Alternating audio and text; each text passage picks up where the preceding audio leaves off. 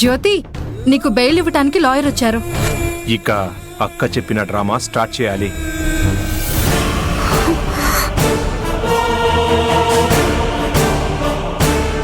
అమ్మా స్వప్న, నువ్వేంటమ్మా పోలీస్ స్టేషన్లో ఉన్నావు?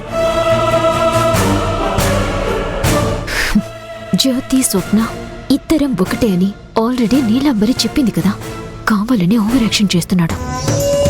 మేడం, మీరు పొరపాటు పడుతున్నారు. ఈ అమ్మాయి జ్యోతి కాదు, స్వప్న. నాకు బిడ్డ లాంటిది. ఏంటండి మీరు మాట్లాడేది? ఈ అమ్మాయి స్వప్న ఏంటి, జ్యోతి. కావాలంటే ఇదిగో ఈ ఆధార్ చూడండి. ఇదిగోండి.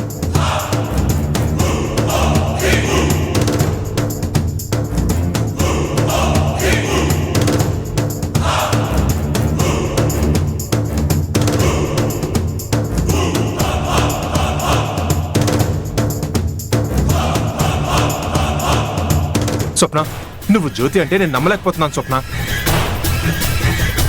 నేను జ్యోతి కాదు బాబాయ్, స్వప్న అని ఒక్క మాట చెప్పు చాలు.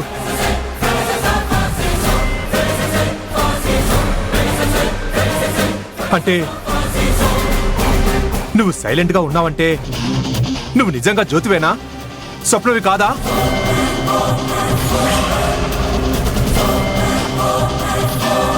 ఎందుకమ్మా నన్ను ఇంత మోసం చేశావు?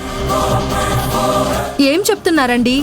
ఈ అమ్మాయి మీకు తన పేరు స్వప్న అని మిమ్మల్ని మోసం చేసిందా? అవును మేడం.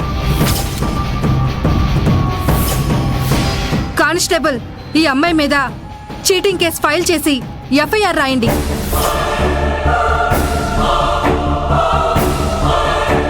మేడం మేడం, నేను చీటింగ్ చేయలేదు. ఒక్కసారి నేను చెప్పేది వినండి. తప్పు చేసిన వాళ్ళెవరూ తప్పు చేశామని ఒప్పుకోరు.